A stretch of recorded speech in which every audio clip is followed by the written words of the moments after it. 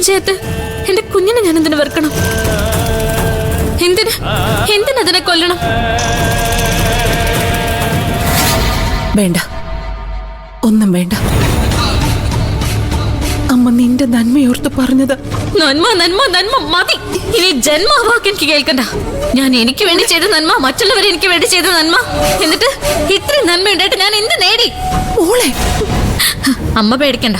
ഞാൻ ആത്മഹത്യൊന്നും ചെയ്യാൻ പോകുന്നില്ല. 2 തവണ അതിന് ശ്രമിച്ച് പരാജയപ്പെട്ടവളാ ഞാൻ. അല്ല, ആദ്യം വിശ്വസിച്ച് സ്വയം പരാജയം സമ്മതിച്ചവളാ ഞാൻ. ഇതിപ്പോ ജീവിച്ച് കാണിക്കാൻ തന്നെ എന്റെ തീരുമാനം. അല്ലെങ്കിൽ ഞാനത് എന്റെ കുഞ്ഞിനോട് ചെയ്യുന്ന നീതികേടാവും. അത് പറഞ്ഞിട്ടല്ലല്ലോ ഞാൻ അതിനെ വയറ്റി ചുമന്നത്.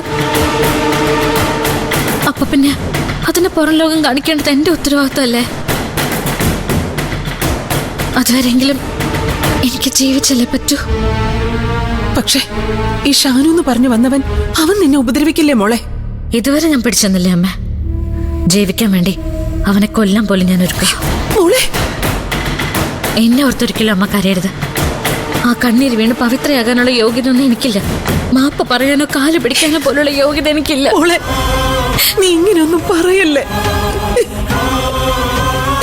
എന്റെ ഒരു മനസ്സമാധാനത്തിന് വേണ്ടി ഞാൻ ഇത്രയെങ്കിലും പറയണ്ടേ അമ്മ? മോളെ, ശപിക്കല്ലേ അമ്മ? ഞാനാ നിന്നോട് ഇത് പറയേണ്ടത്. ശപിക്കല്ലേ മോളെ എന്ന്.